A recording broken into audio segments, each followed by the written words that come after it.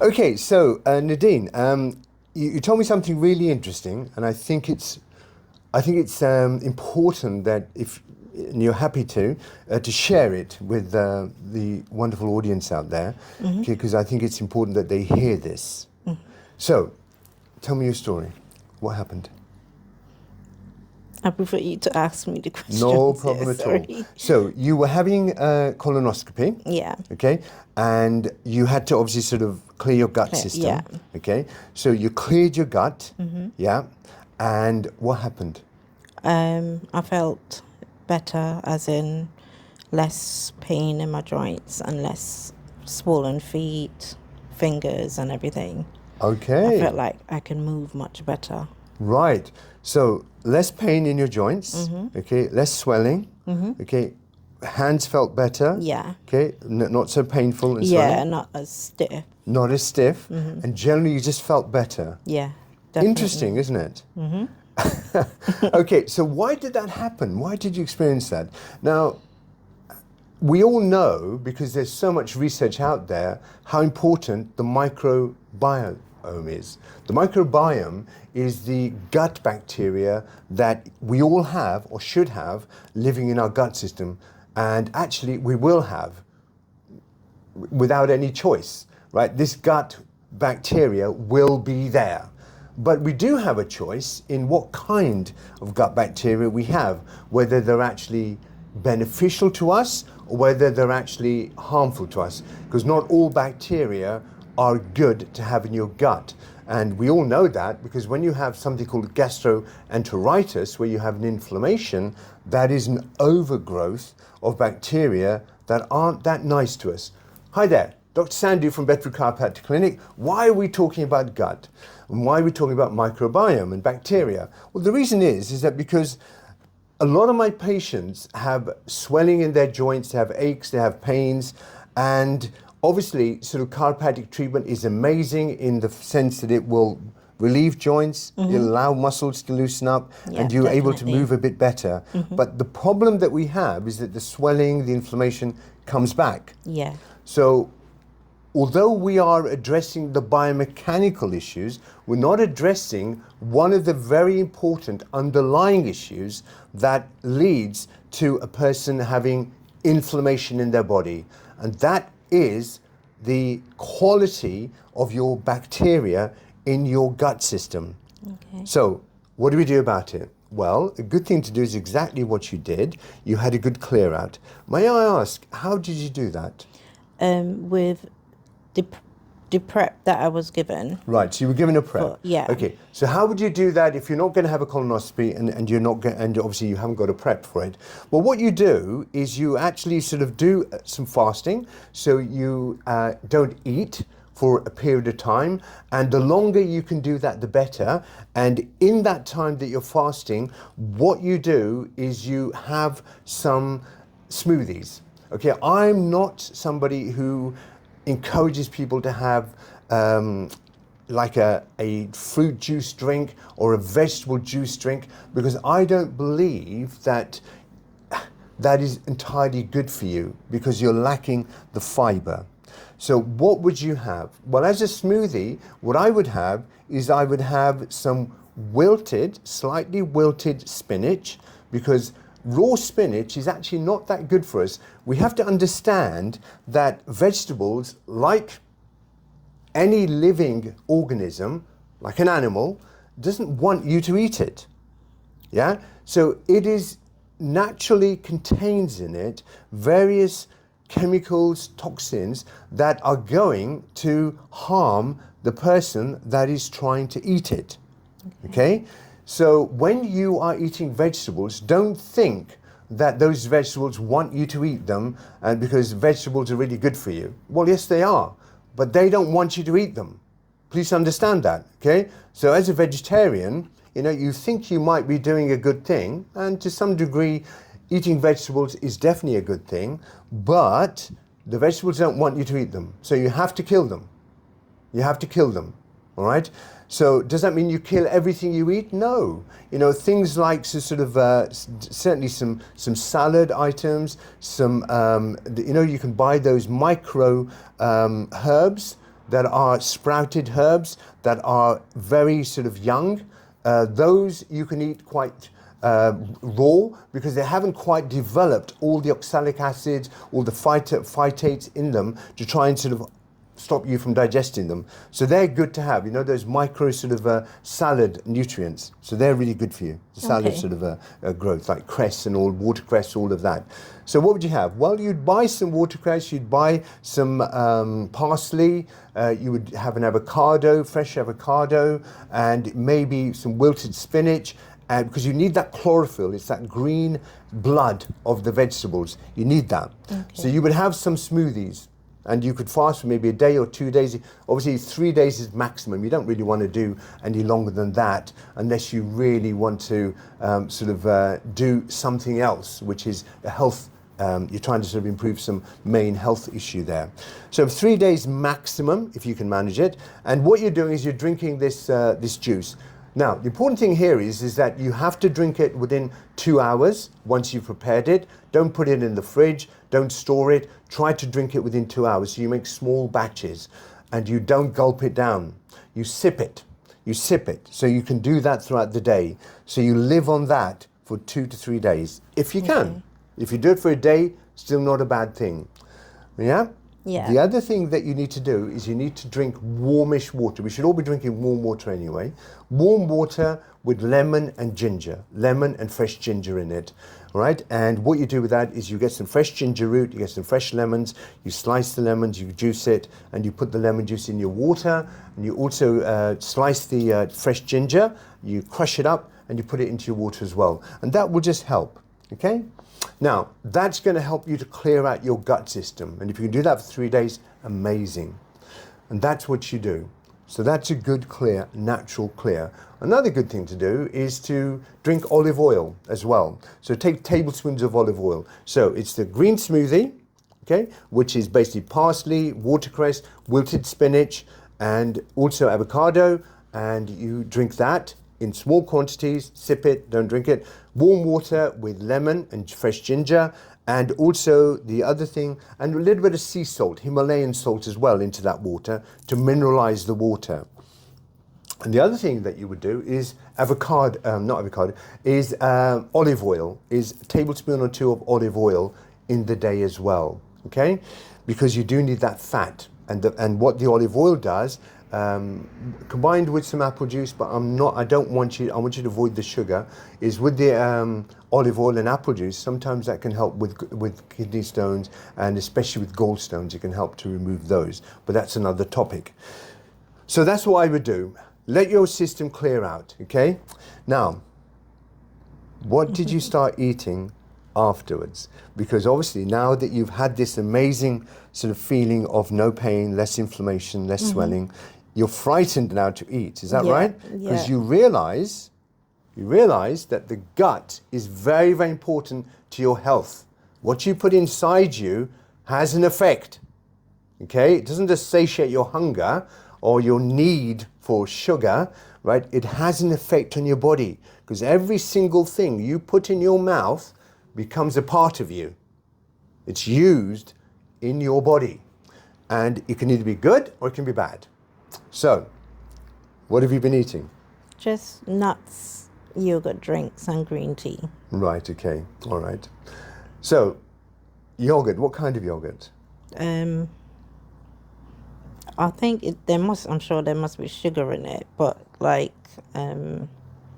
there's something called, it's kefir. Kefir, yes, absolutely. That doesn't have sugar in it. If you check the ingredients, shouldn't have sugar in it. Shouldn't have sugar in it. But kefir is really good. What is kefir? For those of you who don't know, kefir is a fermented yogurt. Okay, and you do need to check the ingredients. It's a great product to take because it's probiotic. Because it's fermented, the yogurt has got more live bacteria in it than normal yogurt does. So kefir is a really good product to take. Just please check the ingredients. Don't buy the fruited variety. It has to be plain, and just make sure they haven't added anything else to it. It should just be sort of bacteria and milk, really. That's all it should be. But check the ingredients. Kefir is really good, just as long as it's good quality. Good. So caffeine is good. Yeah. Green tea is really good. Green tea is full of, it's very high in caffeine actually. It's higher in caffeine than normal tea. So you're going to get a little bit of a boost of caffeine, which is not a bad thing. And also what they've shown is that there are certain phytonutrients, phytochemicals in the green tea, which is very protective of cancer. There's some studies been done where they've shown that 5 cups of green tea, which is a lot of caffeine, right, but all the other sort of phytonutrients that are in the green tea, right, actually helps with helping with, or certainly reducing your risks of cancer. So green tea is a good thing to take. Obviously, no sugar in it. Okay. Or no milk in it either. Yeah. Okay. Okay. The other thing you're doing is you're doing nuts. You're doing cashew nuts and peanuts. Now, cashew nuts and peanuts are so widely available out there, but cashew nuts are not actually a nut; they're a seed. Okay, and it's not a good idea to have either of those two because they are actually the most inflammatory nuts out there. See, nut and seed out there. And if you think about it, what are most people allergic to? Peanuts. Nuts. Yeah. So peanuts are not a sort of a good thing, and it's apparently to do with some sort of toxin that can live sort of on the surface of peanuts and cashew nuts as well. So not the best nuts to eat. In order of nuts to eat, macadamia nuts, the emperor nut, high in fat, incredibly good for you. Brazil nuts, walnuts, hazelnuts, and what else was it? Brazil nuts, hazelnuts, walnuts. Yeah, those are the nuts that I would eat, okay? And now, what's the best way to eat them? The way to look at it is that any seed or nut, what is a seed and a nut, okay? So a seed and a nut is a safe. This is the way I describe it. If you think about it, a nut or a seed doesn't want you to eat it, does it? No. Okay? It wants to become a tree or a shrub. That's what it wants, yeah? So why on earth would it want you to eat it? So what it does is it contains all the chemicals in it to stop you from digesting it because it wants you to pass it out somewhere further away from where you picked it up. Yeah? That's what nuts and seeds are designed for. So the way I look at it is a nut and a seed is a safe. Mm-hmm. So how do you break into that safe? You crush it. You crush it, you grind it down, yeah? Because you can't grind it with your teeth enough. So if you just have a whole nut, you're not going to grind it down properly. So you need to grind it down in a machine. You need to use something to pulverize it. So you make it something that your body can sort of digest, but it's still going to contain those phytates and those other sort of chemicals that are not particularly good for you and can maybe cause a little bit of indigestion. Yes? Yeah. How do you get rid of those? Well, what you do is you actually sprout it. Any seed and nut, you sprout it. Because what are you doing when you're sprouting? What you're doing is you're making that nut or seed believe that it's now in an environment where it can grow. So what is a safe going to do? The safe is going to open up. So it's going to let you into the wonderful secrets and all the nutrients that are inside that seed now. Because when that safe opens up, you now can digest the nutrients that are inside that seed. So sprouted nuts and seeds are the best thing to have. And you can sprout them at home. It's really easy to do. Just even using some cotton, sort of some paper towel, damp paper towel, and putting the seed on there and keeping it moist enough and in a cool place to allow it to sort of believe it's in the soil so it sprouts. That's the best time to eat nuts and seeds. Because now you're getting the most amount of value, nutritional value out of it. Oh. The other way to do it is to soak the nut or seed in salted water, Himalayan salt or sea salt water, for 2 to 3 days. And then in almonds especially, take the skin off. Because the skin contains the most protective chemicals to stop you from digesting it. So get rid of the skin. Okay, get rid of the skin and then roast them slightly. Roast them slightly, so you've soaked them for 3 days. Then you're going to roast them slightly in an oven on a baking tray, and then be careful not to burn them. It has to be very, very low heat, and then you grind them down. Okay. Okay. So now what you've done is you've dampened or you've reduced the amount of phytates and chemicals that are going to stop you from digesting it. So certainly recommend you do that. All right. Okay. Great. So That's something to think about. But you obviously you don't want to upset your gut now, do you? And you're nervous to do that. I'm very nervous. Very nervous to do that. Okay. So we need to make sure that we are populating our bacteria, because as I said to you, the bacteria is going to be there, whether you want it or not to be.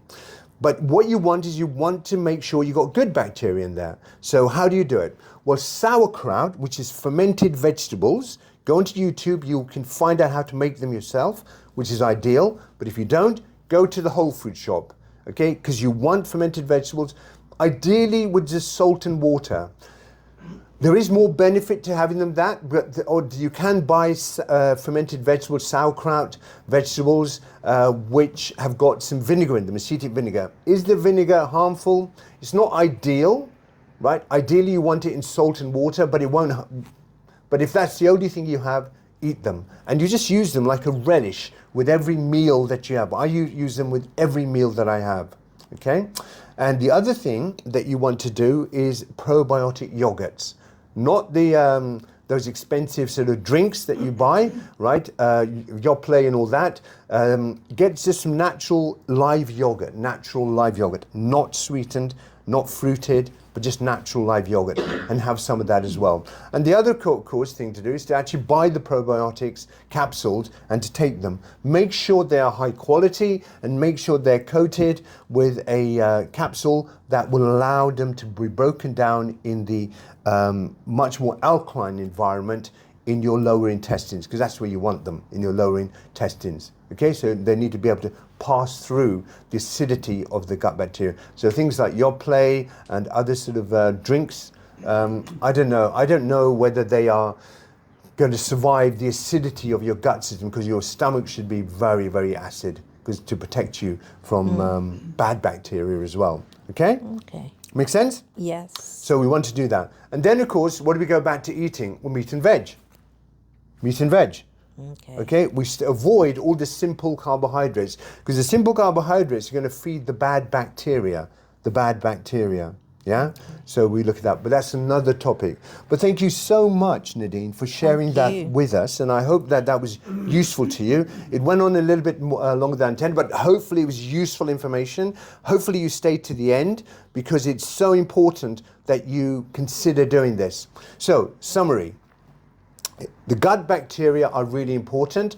You actually produce more serotonin, the feel-good hormone, in your gut than you do in your brain. You also produce more insulin in your gut than you do in the brain. So it is really, really important that you look after your gut.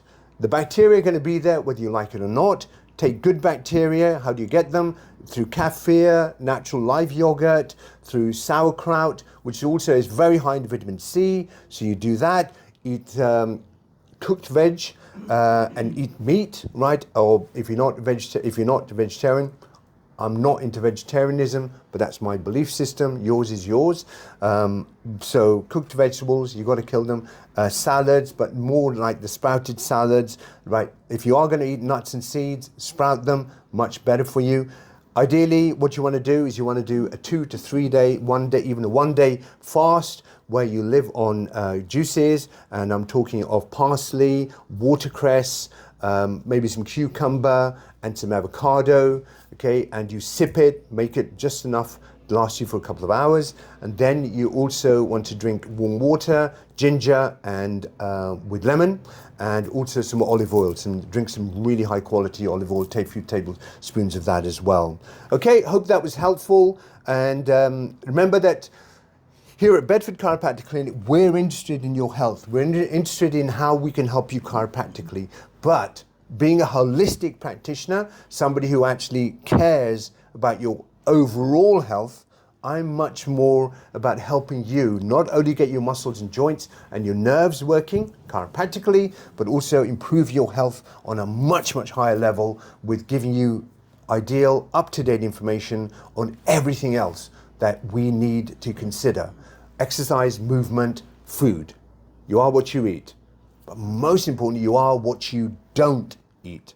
And people don't always say that. You are what you don't eat. Because yes, you are what you eat, but if you're not eating the right things, you're never going to be any better. Okay? Thank you so much Follow us on the all our social media platforms. Do follow us on YouTube, because we have got an incredible amount of videos with this kind of useful information. So check out our Bedford Chiropractic Clinic YouTube channel. I'm going to be updating that with more useful information. Follow us. And if you need any help, give us a call today. Bedford Chiropractic Clinic. Nadine, thank you again. Right, you've been amazing. Thank you so much for hearing that information. God bless you.